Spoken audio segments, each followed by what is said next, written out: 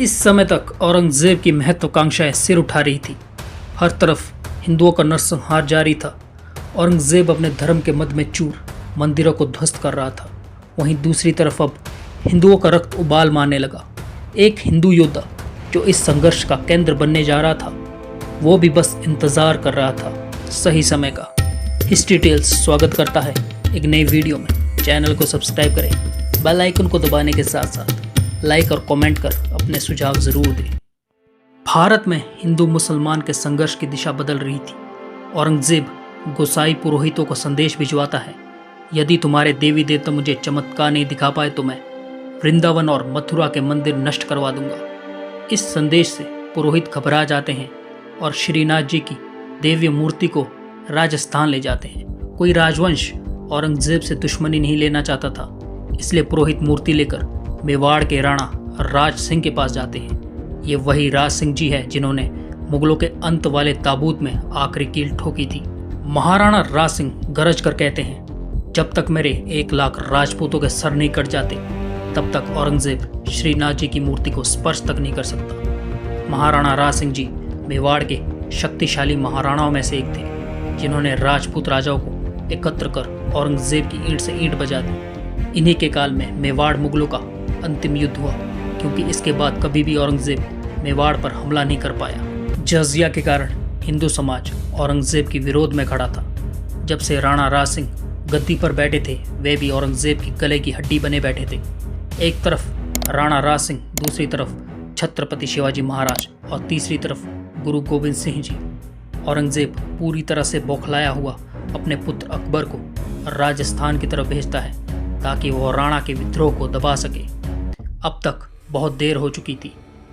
राज आज्ञा के चलते प्रजा और राणा समतल जगहों को छोड़कर पर्वतों की ओर चले गए थे। इन्हीं के राज्यकाल में सभी राजपूत राजा एकत्र हो गए और औरंगजेब के खिलाफ विद्रोह छेड़ दिया। अकबर उदयपुर पहुंचा और वहां लगभग 200 मंदिरों को ध्वस्त करवाया। नरू बारारट का नाम याद रखिए।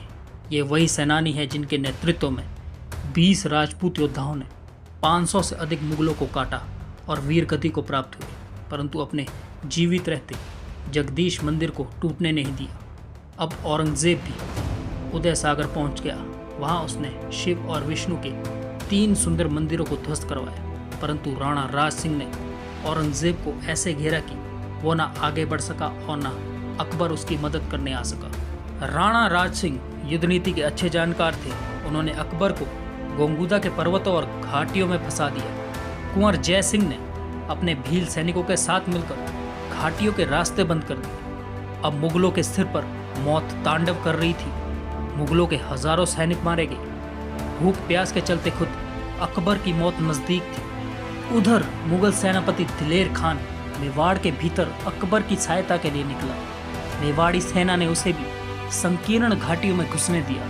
इसके बाद विक्रम सोलंकी और गोपीनाथ राठौर ने मुगलों की सेना का ऐसा हाल किया कि वहां खून की नदियां बहने लगी। नियति मुगलों के रक्त से अपनी प्यास शांत कर रही थी। राजपूत सैनिक अपनी नंगी तलवारें लेकर मुगलों को ढूंढ ढूंढ कर मार रहे थे। ब्रिटिश इतिहासकार रॉबर्ट आर्मे ने उस समय के ऐतिहासिक पक्ष पर काफी अध्ययन किया। जेम्स टॉड उन्हें कोट करके खंड 1 पृष्ठ 305 पर लिखते हैं, मुगल सेना बड़ी मुश्किल से संकीर्ण घाटियों से आगे बढ़ी। औरंगजेब सेना का नेतृत्व कर रहा था, परंतु राजपूतों ने उनके ऊपर बाणों की ऐसी बौछार की कि वे आगे जा सके न पीछे।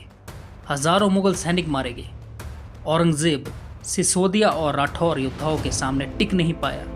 औरंगजेब हर तरफ से हार रहा था, इसलिए औरंगजेब को पीछे हटना पड़ा। आखिरी की ताबूत में मारवाड़ सेना ने ठोकी। मांडल के युद्ध में मारवाड़ और मेवाड़ ने मिलकर मुगलों को बुरी तरह से हराया और अजमेर तक धकेल दिया। राणा के कनिष्ठ पुत्र भी बहुत ज्यादा शौर्यवान थे। उन्होंने हिंदू मंदिरों के ध्वस्त के उत्तर में दक्षिणी राजस्थान एवं उत्तरी गुजरात में मस्जिदों के साथ वही किया जो मुगलों ने हमारे मंदिरों के साथ किया। श्यामलदास वीर विनोद में उल्लेख करते हैं, महाराणा ने अपने पुत्र भीम सिंह को 4000 अश्वरोहियों के साथ वडनगर गुजरात भेजा, जहां उन्होंने 300 मस्जिदों को तोड़ा और वहां से 40,000 रुपये हर जाने में वसूल कर विजयी होकर लौटे। यह राजस्थान के वीरों का अंतिम घात था। इसके बाद औरंगजेब कभी राजस्थान की तरफ कूच नहीं कर पाया। इस अभियान ने मुगलों को आर्थिक रूप से कमजोर बना दिया और राजस्थान सदा के लिए औरंगजेब के आतंक से बच गया। आशा करता हूँ आपको वीडियो अच्छा लगा हो। चैनल को सब्सक्राइब करना ना भूलें, साथ ही लाइक और कमेंट कर अपना सपोर्ट दिखाएं। जय भवानी।